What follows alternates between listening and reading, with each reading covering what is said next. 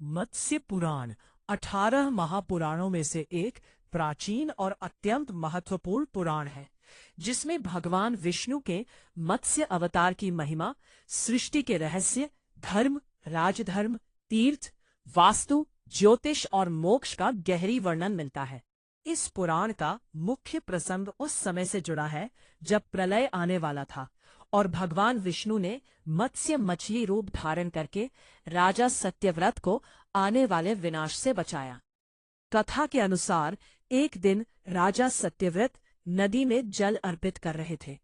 तभी उनके हाथ में एक छोटी मछली आई, जिसने उनसे रक्षा की प्रार्थना की। राजा ने दया करके उसे सुरक्षित रखा, परंतु वह मछली धीरे धीरे इतनी विशाल हो गई कि राजा समझ गए कि यह कोई साधारण जीव नहीं, बल्कि स्वयं भगवान विष्णु हैं। तब भगवान ने उन्हें बताया कि शीघ्र ही महाप्रलय आने वाला है, इसलिए वे एक विशाल नौका बनाए और उसमें सप्तऋषियों, औषधियों, बीजों तथा आवश्यक जीवों को सुरक्षित रखें। प्रलय आने पर भगवान मत्स्य रूप में प्रकट हुए और उस नौका को अपने सींग से बांधकर सुरक्षित मार्ग दिखाया। इस कथा का आध्यात्मिक अर्थ यह है कि जब संसार अज्ञान, पाप और विनाश से भर जाता है, तब भगवान अपने भक्तों और धर्म की रक्षा के लिए अवतार लेते हैं। मत्स्य पुराण केवल अवतार कथा तक सीमित नहीं है, बल्कि इसमें धर्मशास्त्र, वास्तुशास्त्र, मूर्ति निर्माण, मंदिर निर्माण, यज्ञ, दान, व्रत, श्राद्ध, तीर्थ यात्रा और सदाचार का भी विस्तार से वर्णन मिलता है।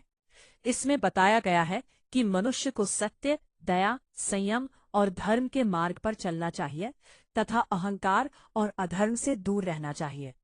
पुराण में अनेक तीर्थों और पवित्र नदियों का महत्व बताया गया है और यह शिक्षा दी गई है कि बाहरी पूजा के साथ साथ अंतःकरण की शुद्धि भी आवश्यक है।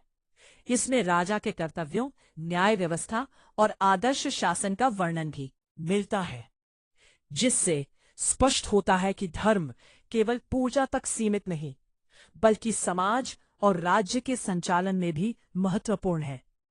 मत्स्य पुराण में भगवान शिव, देवी और अन्य देवताओं की महिमा भी वर्णित है, जिससे ये समझ आता है कि सनातन धर्म में सभी देव रूप अंततः उसी परम सत्य की अभिव्यक्ति है।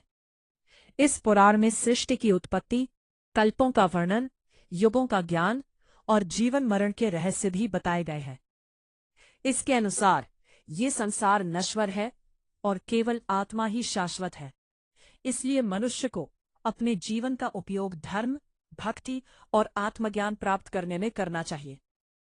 पुराण में दान और सेवा को विशेष महत्व दिया गया है तथा कहा गया है कि जो व्यक्ति निष्काम भाव से दूसरों की सहायता करता है, उसे ईश्वर की कृपा प्राप्त होती है।